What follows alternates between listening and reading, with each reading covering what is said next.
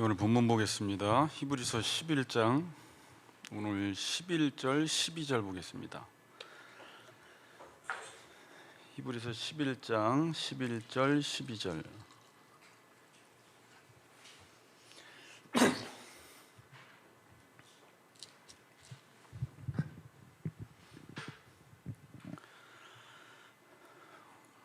제가 봉독하겠습니다. 믿음으로 사라 자신도 나이가 많아 단산하였으나 잉태할 수 있는 힘을 얻었으니 이는 약속하신 이를 미쁘신 줄 알았음이라. 이러므로 죽은 자와 같은 한 사람으로 말미암아 하늘의 허다한 별과 또 해변의 무수한 모래와 같이 많은 후손이 생육하였느니라. 아멘. 자, 오늘은 아브라함 시리즈 쭉 하다가 잠시 믿음으로 살아라는 제목을 가지고 말씀을 좀 나누겠습니다. 같이 인사 나눕시다. 약속하신 이는 미쁘십니다. 이렇게 인사합시다. 약속하신 이는 미쁘십니다. 네.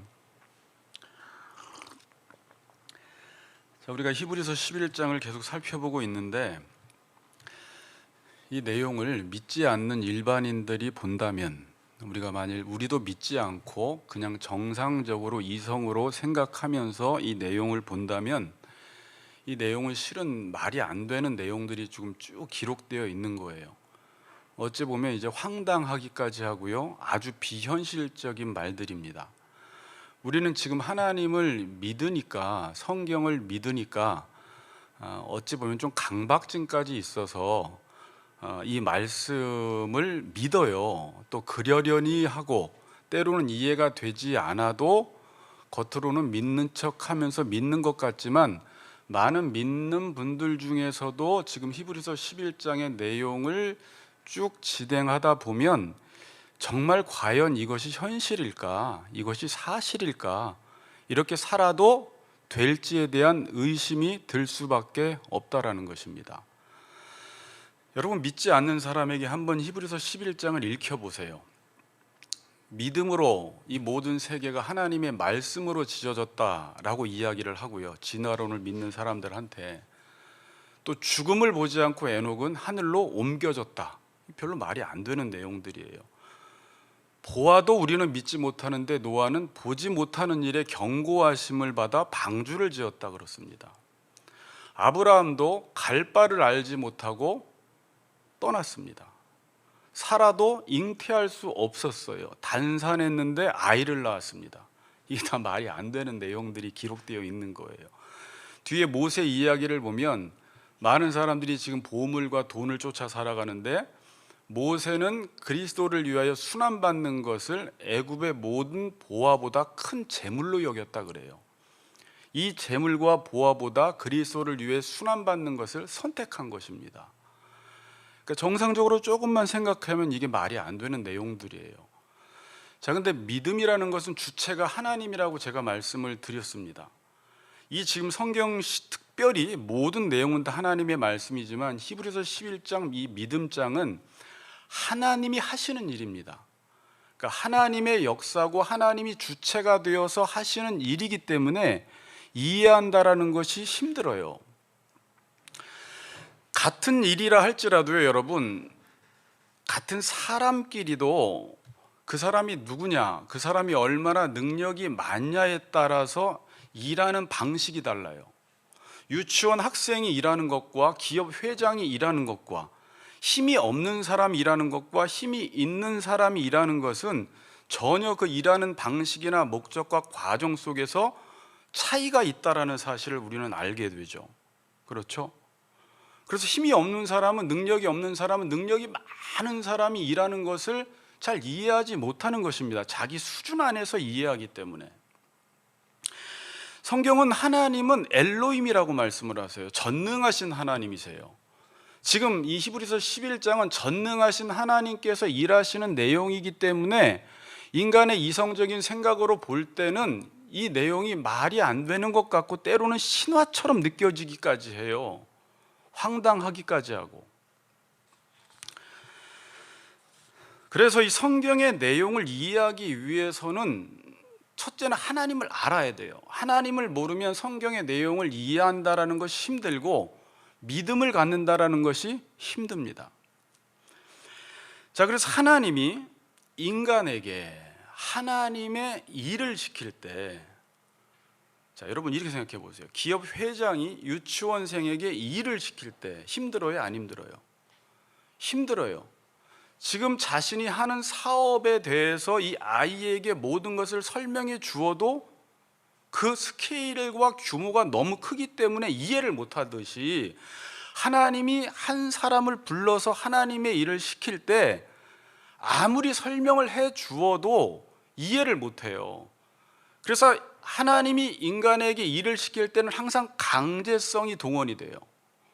근데 여기서 성경에서는 강제라고 말하지 않고 좀 고상한 표현으로 불가항력적인 은혜라고 표현을 해요. 하나님이 먼저 은혜를 줘버리세요. 그 마음속에 성령을 부어주십니다. 그래서 하나님을 알게 하시고 믿게 하시고, 다른 사람들은 너는 왜 그런 일을 하니? 라고 하는데 그 사람 마음속엔 성령님이 계셔서 하나님이 믿어지고 그 일을 하고 싶게 만든다라는 것입니다. 그래서 그 일을 하다 보면 하나님을 알게 되고, 하나님은 계속해서 하나님의 일을 하는 사람들에게 하나님이 누구신지를, 나는 전능한 하나님이야 라는 사실을 계속해서 알려주십니다. 그렇게 믿음의 성장 과정을 통해서 하나님이 누구신지 알게 되고 하나님의 일을 하는 일꾼으로 변화되게 된다는 것입니다. 지금 하나님은 아브라함을 불러서 어떤 일을 하기를 원하시는 거예요, 여러분? 하나님 나라를 이루시기를 원하시는 거예요. 자, 근데 이 하나님 나라를 이룬다라는 게 인간 편에서 볼 때는 너무 힘든 일이에요. 왜? 인간은 눈만 뜨고 생각만 하면 세상 나라를 이루거든요. 자기 나라를 이루거든요. 그러니까 인간이 원래 하나님의 나라를 이룬다? 불가능한 거예요. 그럼 하나님 나라의 3요소가 뭐라고 했어요? 땅, 국민, 주권인데, 하나님이 아브라함을 불러서 갈 바를 알지 못하는 그에게 은혜를 주셔서 가나안 땅으로 가게 하셨습니다. 그리고 이제 뭐가 필요해요? 자손이 필요합니다. 그래서 오늘 사라가 등장하는 거예요. 사라를 통해서 하나님이 하늘의 별처럼, 바다의 모래알처럼 너희 자손을 많게 하겠다고 말씀은 하셨는데, 오늘 사라의 상황을 보니까 어떻습니까? 11절을 한번 읽어보겠습니다. 11절 같이 읽습니다. 시작.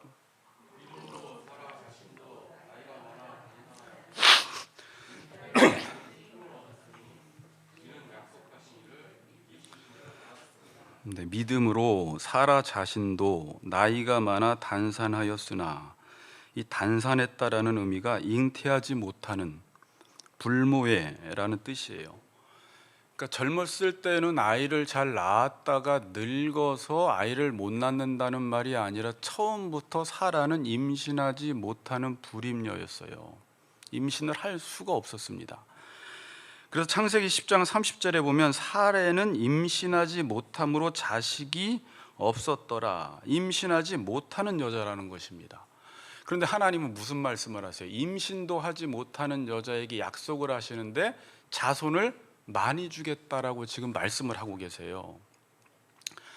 그런 말씀을 하셨으면 우리 생각에는 사라가 아이를 잘 낳던지, 아니면 하나님이 정말 하늘의 별처럼 땅의 모래알처럼 자손을 준다고 하셨으면 20대 젊은 남녀를 부르셔서 아이를 잘 낳는 사람을 부르셨으면 이해가 되지만, 지금 아브라함은 늙었고 죽은 자와 같고 사라는 단산했고 임신도 하지 못하는 여인을 부르시더니 하나님이 자손을 너를 통해서 많이 준다고 지금 약속을 하고 계시는 거예요.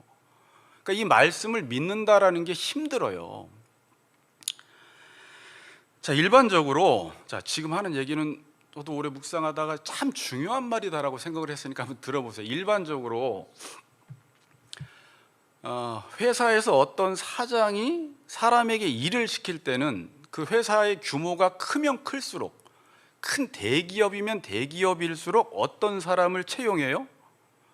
능력이 많은 사람을 채용해요. 능력이 없으면 뽑질 않습니다.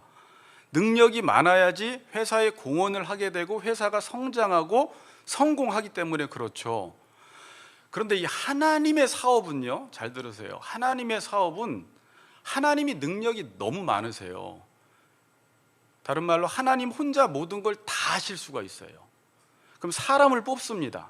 그럼 어떤 사람을 뽑을 것 같아요? 능력이 많은 사람이 필요가 없어요. 하나님한테는. 오히려 능력이 많은 사람이 오면 하나님 나라의 사업을 하는데 방해가 돼요. 자기 능력으로 하기 때문에. 그래서 머리와 이 IQ와 능력이 통하지 않는 것이 주의 일이에요, 여러분. 오히려 능력이 많은데 하나님을 의존하지 않는 사람은 하나님 나라 일의 방해꾼이 돼버려요. 그래서 고린도전서 1장 26절에서도 형제들아 너희를 부르심을 보라. 육체를 따라 지혜로운 자가 많지 아니하며 능한 자가 많지 아니하며 문벌 좋은 자가 많지 아니하도다. 하나님께서 우리를 부르실 때 저 같은 사람을 부르시고 여러분 같은 사람을 부르세요. 능력 있는 사람을 필요로 하지 않습니다. 그러면 하나님의 사람들은 하나님께 채용되어서 하나님의 일을 할 때 어떻게 일을 해야 합니까? 자기의 능력으로 자신의 IQ로 자신의 머리로 일하려고 하면 안 돼요. 하나님이 능력이 너무 많기 때문에 도움이 안 돼요, 별로. 그럼 어떻게 일을 하라고 하는 것이냐면 그냥 하나님의 능력을 믿고 하나님을 따라가라는 거예요. 자, 이걸 이제 뭐 성령을 따라 행하라, 육신을 따라 행하지 말라, 이제 이렇게 지금 성경에서는 표현을 하는데 그냥 하나님이 능력 많으신 분임을 믿고 나는 그냥 하나님을 따라가기만 하라는 거예요. 하나님이 시키는 일만 하면 우리를 통해서 하나님의 나라가 이루어진다고 말씀하고 있습니다. 자, 그러면 이렇게 우리가 하나님의 능력을 믿고 따라가면서 하나님의 일을 하면 우리가 무엇을 알게 되냐면 정말 하나님이 능력이 많구나라는 것을 알게 돼요. 하나님의 능력을 믿고 따라가지 않는 사람들은, 자신의 힘과 능력으로 일하는 사람들은 하나님의 능력을 경험하는 것이 아니라 누구의 능력을 경험해요? 자기 자신의 능력을 경험해서 교만해져요. 그런데 하나님의 능력을 믿고 따라가는 사람은 정말 하나님이 능력이 많구나라는 것을 경험하게 되고요, 그 사람의 인생은 자신의 능력을 가지고 일을 하는 것이 아니라 하나님의 능력을 가지고 일을 하기 때문에 일반인의 삶과 다른 특별한 인생 스토리가 만들어지기 시작해요. 자, 아멘. 아브라함이 만일 갈대아 우르에서 그냥 달신을 섬기며 살았다면 그냥 모든 사람들이 일반적으로 살아가는 방식, 성을 쌓는 방식으로 살아갔을 거예요.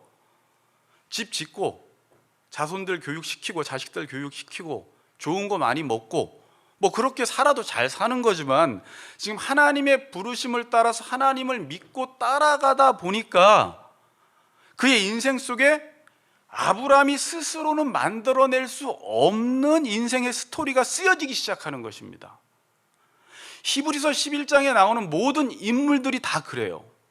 지금 여러분들도 마찬가지입니다. 여러분들의 인생이 하나님의 능력을 믿지 않고 지금 그냥 이렇게 살아가면 일반인들이 살아가는 평범하고 보통 사람들의 삶을 살아가는데, 지금도 만약에 우리 엄집사님이 안 되겠다, 나 오늘부터 하나님을 더 잘 믿어야 되겠다라고 해서 하나님의 말씀과 약속을 부여잡고 그 말씀을 따라 살아가기 시작하면 지금과 전혀 다른 하나님의 능력을 경험하는, 하나님이 누구신지를 경험하게 되는, 그러면서 하나님의 능력 가지고 일을 하게 되는 하나님의 사람이 된다는 것입니다.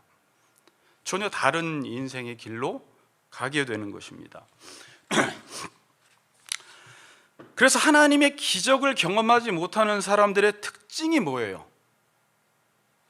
하나님을 믿으면서도 하나님을 경험하지 못하고 하나님의 기적과 능력을 경험하지 못하는 사람들의 특징은 어떤 일을 할 때 자신의 능력으로 제한을 시켜버려요. 내 상황은 이래, 내 처지는 이래, 나는 못 배웠어, 나는 머리가 나빠에 제한시켜버리니까 하나님이 어떤 프로젝트를, 어떤 미션을 우리에게 주었을 때 그냥 그 능력을 믿고 따라가면 되는데, 자기의 처지와 형편과 상황을 고려하면서 나는 할 수 없어라고 자꾸 말을 하니까, 그리고 자기 자신에게 맞는 일만, 내 능력에 맞는 일만 하게 되면 하나님의 능력을 경험하지 못한다라는 거예요. 자신의 능력이 100이면 100만큼만 일을 하는 거예요. 200이면 200만큼만 일을 하는 거예요. 하나님이 100억의 일을 맡기면 저는 그걸 할 수 없습니다. 모세처럼, 아브라함처럼, 저처럼, 여러분들처럼 자신의 상황을 고려하고 자신의 능력을 고려해서 못하겠다고 하지만, 이거는 겸손이 아니라 하나님의 말씀을 거부하는 교만함이라는 거예요. 하나님이 하시겠다고 하는데 자신이 자신의 인생의 한계점을 긋고 못하겠다고 해버리는 것입니다. 주로 하나님이 사람들을 부르실 때 사람들이 보통 다 이렇게 반응을 했어요.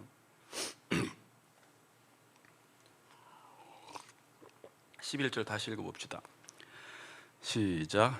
믿음으로 사라 자신도 나이가 많아 단산하였으나 잉태할 수 있는 힘을 얻었으니 이는 약속하신 일을 미쁘신 줄 알았음이라. 자, 사라도 나이가 많아 단산했고요. 그럼 그의 남편은 어땠어요? 아브라함의 상태는 정상이었나요? 12절에 보면 이러므로 죽은 자와 같은 한 사람으로 말미암아. 여기서 죽은 자와 같은 이 사람이 누굴까요? 저 아브라함인 줄 알았더니 찾아봤더니 이게 남성형이에요. 사라예요. 아니, 그러니까 사라인 줄 알았더니 아브라함이에요. 그러니까 죽은 자와 같은 한 사람. 그러니까 자식을 생산할 수 있는 기능이 없어요. 지금 아브라함에게는 나이가 많아서. 그래서 사도 바울이 로마서 4장 19절에서 그가 100세가 되어 자기 몸이 죽은 것 같고 사라의 태가 죽은 것 같음을 알고도 믿음이 약하여지지 아니하고, 이런 말씀을 해요. 또 창세기 17장에 보면 100세 된 사람이 어찌 자식을 낳을 수 있을까? 사라는 99세니 어찌 출산하리요? 라고 지금 아브라함이 중얼거리고 있습니다. 그러니까 사라나 아브라함이나 아이를 낳을 수 있는 조건이 전혀 안 됩니다. 나이도 많고 단산했어요. 나이가 숫자에 불과하다고요? 아니에요. 모든 육체적인 기능이 중지돼 버려요. 쇠퇴해 버립니다. 지금 사라는 아이를 낳을 수 없어요. 그런데 오늘 본문에서 믿음의 내용이라는 게 뭐예요? 사라의 믿음의 내용. 저는 지금 계속 그걸 살펴보고 있거든요.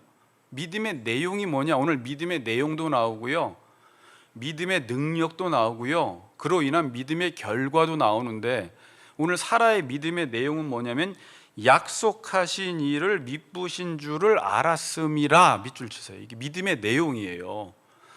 자기 몸은 단산해서 아이를 낳을 수 없는데 사라의 믿음이 뭐냐? 약속하신 일을 미쁘신 줄 알았다 그래요. 그러니까 하나님이 약속을 하셨죠. 그럼 미쁘다라는 말 우리 살펴보았죠. 신실하다라는 말입니다.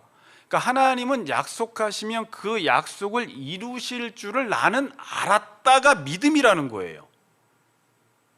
믿음은 내가 완전히 하나님이 말씀하신 내용이 완벽하게 이성적으로 이해가 되는 게 믿음이 아니라, 이해가 되지 않아도 하나님께서 약속하신 것은 반드시 신실하게 이루실 것임을 내가 알았다가 지금 사라의 믿음의 내용입니다.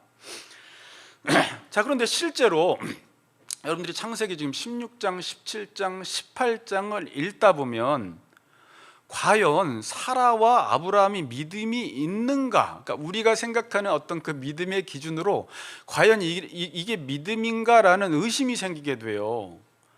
창세기 16장에 보면 아브라함이 75세에 부르심을 받았어요. 그리고 이제 10년이 지났습니다. 자손을 준다고 했는데 10년 동안 자식이 없어요. 그러니까 사라가 어떤 결단을 합니까? 여보, 그냥 내 종 하갈과 동침해서 아이를 낳으세요. 믿음이 있어 보여요?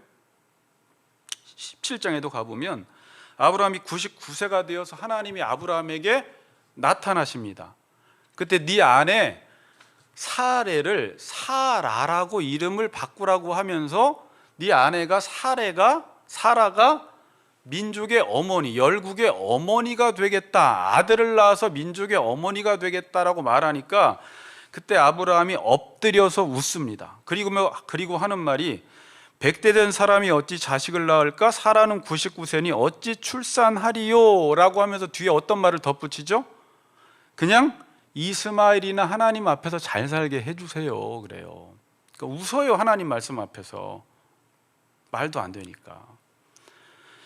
그리고 18장에 나오는 내용이 뭐예요? 어느 날 하나님은 두 천사와 함께 사람의 모습으로 또 아브라함에게 나타나셨습니다.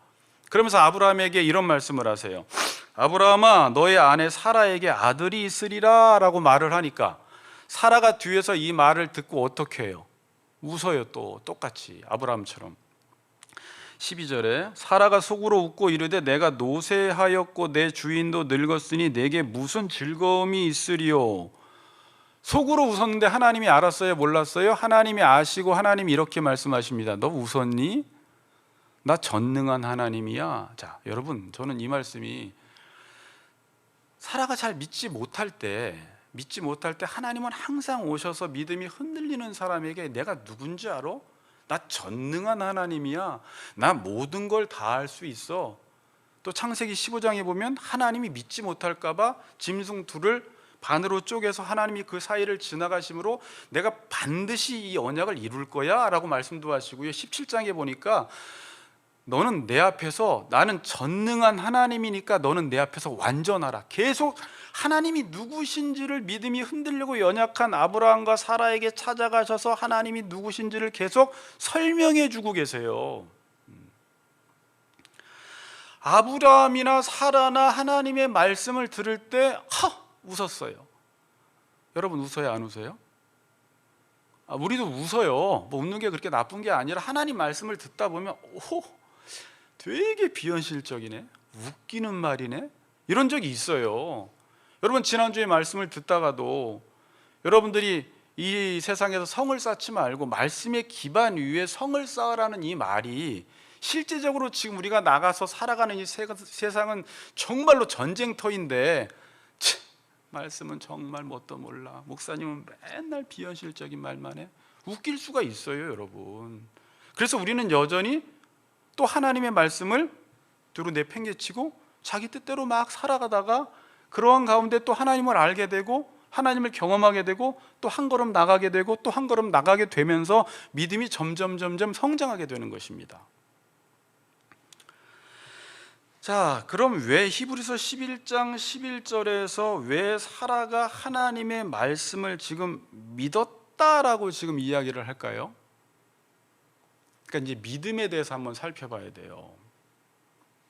아까 말씀드렸듯이 믿음이라는 것은 그냥 생기지 않아요. 하나님을 아는 지식과 비례합니다. 그런데 하나님을 안다라는 것은 점진적이고 과정적이기 때문에 믿음도 점진적이고 과정적이에요. 한 번에 내가 하나님의 말씀을 듣고 오케이 믿겠습니다 라고 하는 사람 별로 없습니다. 하나님의 말씀을 들으면 황당한 말씀이라는 건 알아서 웃기까지 하지만 믿음의 사람들의 특징은 뭐냐면 약속하신 이는 미쁘시다라는 사실을 알고 하나님을 인정합니다. 그리고 하나님을 따라가는 거예요. 이 말씀은 내가 이해는 하지 못하겠지만 약속하시는 분은 반드시 이 약속을 이루신다라는 것을 알고 불안하기도 하지만 담대한 마음으로 하나님의 말씀을 따라가며 하나님을 인정하는 행위가 믿음이라고 이야기를 해요. 그래서 믿음으로 사라는 이라고 이야기했을 때 여기서 한 번에 믿었다라는 말이 아니라 제가 믿음을 조금 다른 식으로 한번 표현해 볼게요. 자, 믿음은 하나님을 원인으로 해서 결과를 발생시키는 거예요. 믿음이 뭐라고요? 하나님을 원인으로 해서 결과를 발생시키는 거예요. 마치 이 지금 정의를 들어보니까 이 정의가 어떤 정의였어요? 은혜라는 정의였어요. 은혜가 원인 없는 결과인데 은혜와 믿음의 정의가 같아요, 여러분. 에베소 2장 8절에 보면 너희가 그 은혜로 인하여 믿음으로 말미암아 구원을 받았다고 하는데, 믿음으로 말미암아 구원을 받았다라는 것은 내게 조건이 있어서 구원을 받았다라는 말이 아니라, 그건 은혜로 말미암아 되어졌다라는 말은 원인 없는 결과라는 거예요. 그러니까 믿음이라는 것은 제가 이렇게 말씀드렸어요. 하나님께서 하시는 거예요. 하나님이 행하시는 게 믿음인데, 제가 이걸 좀 더 풀어서 설명드리기를, 어떤 결과라는 것은 인간이 원인을 발생시켜서 하나님이 약속하신 결과를 이루어낼 수가 없어요. 이 성경 말씀은 내가 아무리 애쓴다고, 인간의 능력이 많다고, 인간이 아무리 많이 모여서 지혜를 짜낸다고 해서 하나님의 나라를 이룰 수 있는 내용의 것이 아니에요. 그럼 이 일은 누가 이루어야 돼요? 하나님이 원인을 발생시켜야 돼요. 그러면 자손을 준다는 것도 인간이 원인을 발생시킬 수가 없고, 하나님이 단산했지만 원인을 발생시켜서 자식을 주겠다고 했으니까, 사라의 믿음은 약속을 하셨으면 믿으신 하나님이 신실하게 이것을 이루실 거야 라는 것을 인정하면서 하나님을 따라가는 것이 믿음이라는 거예요. 아멘. 그래서 믿음이라는 것은 내가 한다는 것이 철저히 죽어지는 것이 믿음의 현장이에요. 나는 할 수가 없어. 근데 우리는 계속 내가 해보겠다고 하잖아요. 하지 말라고 해도. 그래서 능력이 많고 힘이 많고 권력이 있는 사람일수록 원인이 하나님이 발생시켜야지 하나님 나라가 이루어지는데, 자꾸 자기의 능력이 개입돼서 자기가 해보겠다고 하는 거예요. 그럼 능력이 많을 때는 어떻게 일을 해야 돼요? 나는 능력이 많지만 이 능력도 하나님이 은혜 주셔야 되고, 하나님의 능력이 덧입혀져야 되고, 성령의 능력으로 일을 해야지만이 내 능력도 하나님 나라를 이루지, 이 하나님의 능력을 무시하고 내 힘과 능력으로 일을 해서는 하나님의 일은 이룰 수 없다라는 것을 인정하고 깨달아야 되는 것이에요. 믿음이라는 것은, 그러니까 믿음이 좋아진다라는 것은 내가 한다라는 것에 대해서 점점 죽어지고, 하나님이 하신다라는 것에 대해서 점점 살아나면서 하나님을 더 의존하는 것입니다. 그리고 믿음의 절정은 나에 대해서 완전히, 내 생각에 대해서 완전히 죽어지고, 하나님께서 하신다라는 것에 대해서 철저히 의존하는, 이게 나중에 아브라함이 시험을 받을 때 이삭을 드린 사건에서 한 번 더 설명드릴게요. 이게 최고의 시험이에요. 최고의 믿음이에요. 하나님의 말씀이 두 가지가 모순되어질 때 아브라함이 어떻게 행동하느냐를 본 거예요. 그래서 여러분, 하나님이 우리에게 어떤 말씀을 주셨을 때 그 말씀의 규모나 스케일이나 그 내용이 어떤 내용이냐에 집중하지 말고, 그 일이 어떤 일이냐에 집중하지 말고, 우리는 어디에 집중을 해야 하냐면 하나님께 집중을 해야 돼요. 우리는 보통 일의 규모를 보고 이건 할 수 있겠다 없겠다라고 하는데, 이건 인간 일을 할 때 그렇게 따지세요.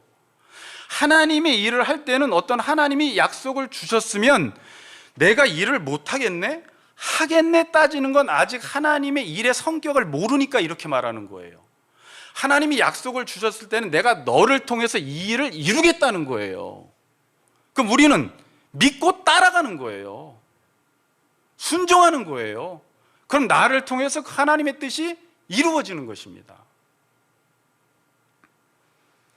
그러면서 하나님이 누구신 분인, 하나님이 누구신지에 대해서 계속 집중해야 돼요. 근데 우리는 자꾸 어떻게 해요? 우리의 형편과 처지와 상황과 내 능력을 더 고려해서 못하겠네 그래요. 그럴 때일수록 누구에 집중하라고요? 하나님이 누구신지에 대해서 집중하라고요.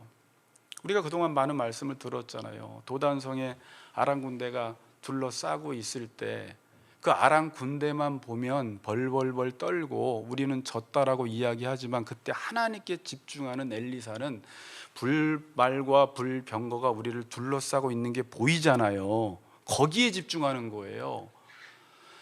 역대하 20장에서도 여호사밧이 모압과 암몬과 전쟁을 할 때 환경을 보면 져요.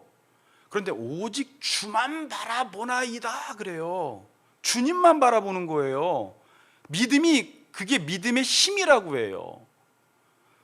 지금 갈릴리 호숫가를 건너가다가 광풍을 만났어요. 그때 주님이 주무시고 계셨어요. 그럼 제자들이 예수님이 누구신지 알았다면 그만큼 난리 법석을 떨지 않는데, 나중에 예수님이 일어나셔서 바람과 바다를 잔잔케 하시니까 했던 말이 뭐예요? 주님이 뉘기시기에 그래요. 뉘시기에 바람과 바다를 잔잔하게 하는가. 그러니까 제자들은 아직 주님이 누구신지를 몰랐던 거예요. 여러분들이 힘들고 어려운 일이 있을 때마다 하나님은 전능하시지, 하나님이 다 하시지. 내가 보기에는 문제가 너무 커 보이지만, 나는 할 수 없지만 하나님은 하시지에 집중해야 되는데, 우리는 문제를 보다가 미쳐버리는 거예요. 거기서 눈을 돌려서 하나님을 볼 힘이 때로는 없어요. 그래서 그 문제에 파묻혀버려요. 거기서 죽어가는 것입니다. 믿음이 없으니까, 하나님이 누구신지를 모르니까. 좋을 때는 하나님을 믿죠. 11절 다시 했습니다. 믿음으로 사라 자신도 나이가 많아 단산하였으나 잉태할 수 있는 힘을 얻었으니 이는 약속하신 일을 미쁘신 줄 알았음이라. 아이를 낳을 수 없는 상황, 단산의 상황에서 약속하신 일을 미쁘신 줄 알았다. 하나님은 신실한 줄 알았다. 이것이 믿음이라는 것입니다. 그래서 믿는 사람들의 특징은 뭐예요? 충성입니다. 그냥 말씀 앞에 충성해요. 신실하게 살아가요. 그 충성의 힘은 어디서 나와요? 하나님이 누구신지 알기 때문에 신실하게 살고 충성하는 것입니다. 마지막으로 믿음의 결과를 보겠습니다. 그래서 믿음의 결과가 어떠했습니까? 사라가 나이가 많아 단산했다라는 사실을 알면서도 잉태할 수 있는 힘을 얻었다라고 말하죠. 잉태할 수 있는 힘을 얻었다. 참 중요한 말이에요. 힘을 얻었다. 람바노 얻었다. 이게 취하다라는 뜻이에요. 헬라어로. 그 힘을 내가 취해버린 거예요. 여기서 힘은 뭐냐면 두나미스예요. 두나미스. 로마서 1장 16절에, 사도행전 1장 8절에 능력이란 단어. 내가 복음을 부끄러워하지 아니하노니 복음은 모든 믿는 자에게 구원을 주시는 하나님의 두나미스니라 그래요. 믿는 자에게는 이 잉태할 힘을 얻게 돼 버려요. 이게 참 중요한 말이에요. 이게 믿음의 능력이에요.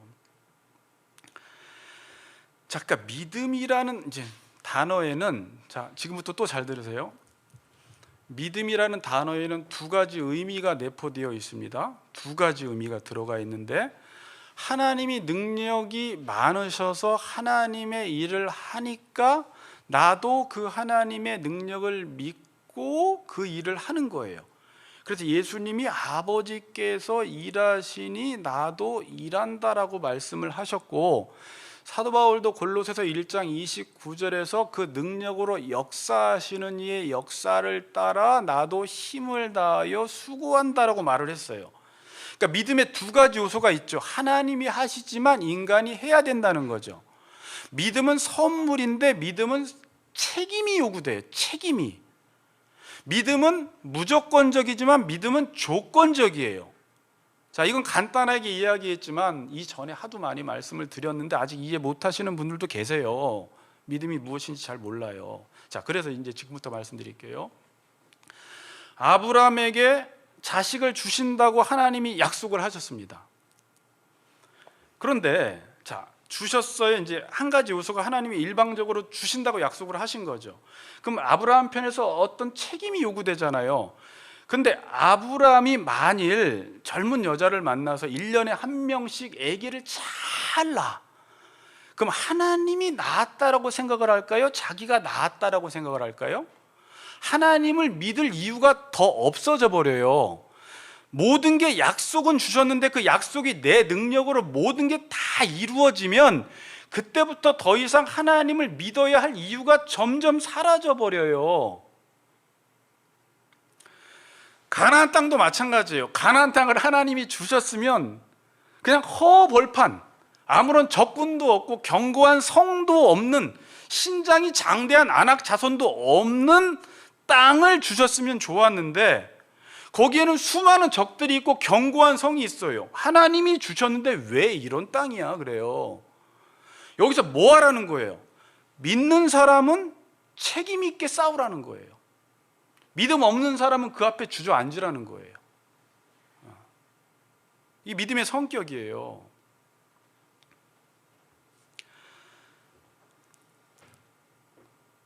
하나님이 약속을 주시면 현실은 그 약속과 같아요? 달라요? 달라요. 하나님이 일부러 이렇게 하셨어요. 자, 제가 일부러라고 말씀드렸습니다. 약속과 현실이 다른 걸 가리켜 성경에서는 시험이다 이렇게 말을 해요. 광야 생활 속에서 하나님이 그들을 시험하셨고, 예수님을 40일 동안 시험하셨고, 우리도 지금 이 광야 속에서 시험당하고 있어요. 어떤 시험을 당하고 있어요? 하나님이 약속을 주셨는데 현실은 약속과 달라. 어떤 사람들은 그럼에도 불구하고 하나님의 약속을 믿고 그 약속대로 살아가는 믿음의 사람이 있고, 어떤 사람들은 약속과 현실이 다르니까 하나님의 약속은 이루어지지 않네, 하나님은 거짓말장이네 라고 하면서 현실과 손잡는 사람이 있어요. 이 사람은 시험에서 탈락한 거예요. 시험하는 거예요. 하나님이 지금 이 말씀을 지키는지 아니 지키는지 시험하는 거예요. 가장 무서운 시험은 아까 뭐예요? 하나님의 약속과 현실이 완전 대척점에 있는 거예요. 이삭을 통해서 자식을 주신다고 했는데 이삭을 바쳐버리라는 거예요. 아브라함 어떻게 해야 돼요? 여기에 통과했어요. 아브라함아 네가 나 두려워하는 거 알겠다. 그만 됐어. 합격. 그런 거예요. 굉장히 무서운 시험입니다. 하나님이 아브라함에게 자손을 준다고 했는데 자신은 죽은 자 같고 사라는 단산했습니다. 불임입니다. 이때 많은 사람들이 자신의 형편을 보고, 처지를 보고, 상황을 보고, 내 능력을 보고, 우리는 단산했어, 우리는 아이를 낳을 수 없어에만 집중한다라는 거예요. 그때 하나님이 누구신지를 바라보는 거예요. 믿음에 얼마나 많은 힘이 필요한지 몰라요. 하나님을 바라보는 게 쉬워요? 안 쉬워요.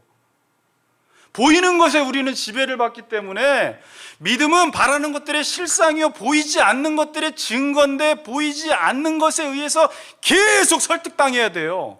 계속 이해를 해야 돼요. 이 과정이 내면에서 계속 일어나는 것입니다. 그러면서 하나님을 뚫어지게 바라보기 시작해요. 그리고 그 말씀을 붙들고 기도하기 시작합니다. 이루어 달라고. 이게 믿음의 기도는 역사하는 힘이 있는 거예요.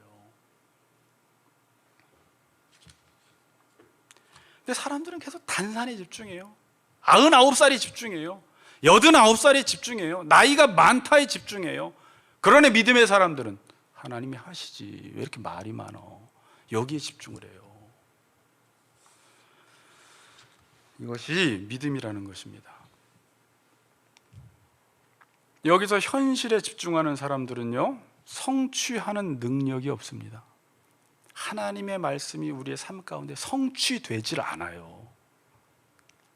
하나님 교회만 다니면 다 성취되는 거 아니에요? 아니에요. 믿는 자 가운데만 역사되어져요. 믿음의 역사라고 이야기를 해요. 믿는 자 가운데 하나님의 일이 이루어져요. 그래서 믿는 사람만 하나님의 일을 알아요. 믿지 않는 사람은 이론적으로는 알지만 몰라요. 성취돼 본 적이 없기 때문에.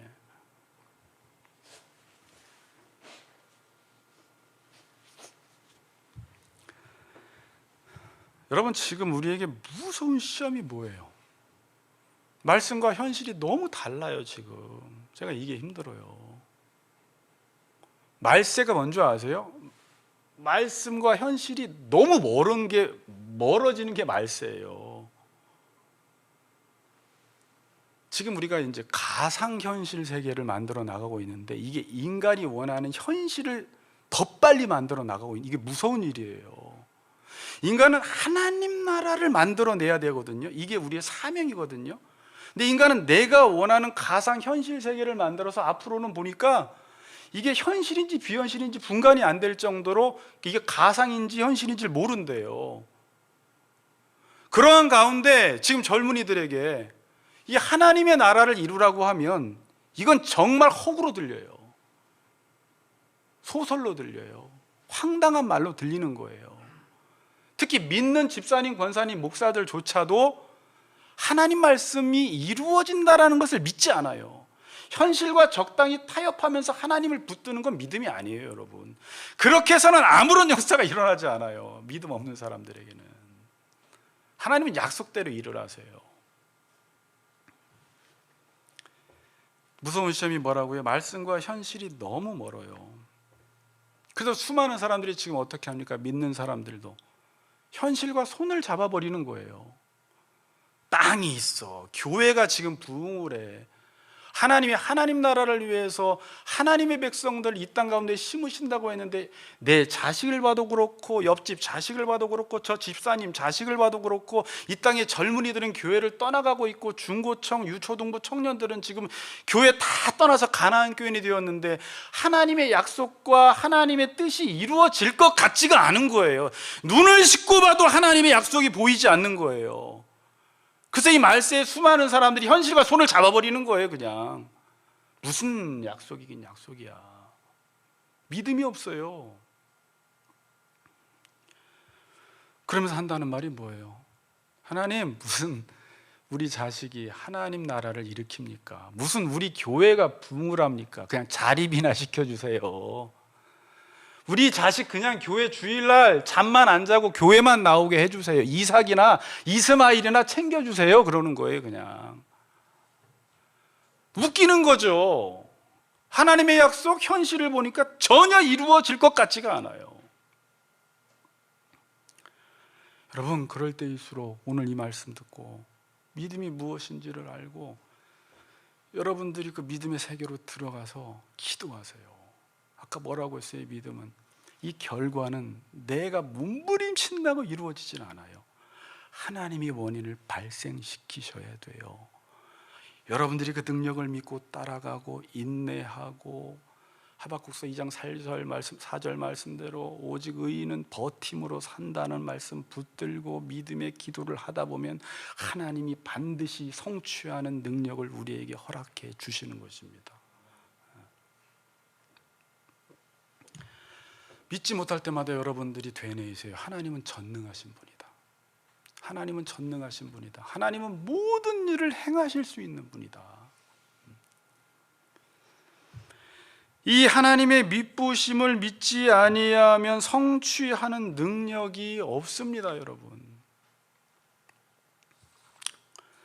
여러분, 그래서 오늘부터 저도 이 말씀을 계속 묵상하면서 한 번에 설교가 나오지도 않아요. 처음에 설교 원고 작성이 화요일, 수요일 날 다 됐다가도 읽다 보면 묵상되어지고 읽다 보면 깨달아지고 읽다 보면 하나님이 또 가르쳐 주시고 읽다 보면 짝이 맞아지면서 이 말씀이 성취돼야 되는데 이런 거에 대한 배고픔이 좀 있어야 돼요.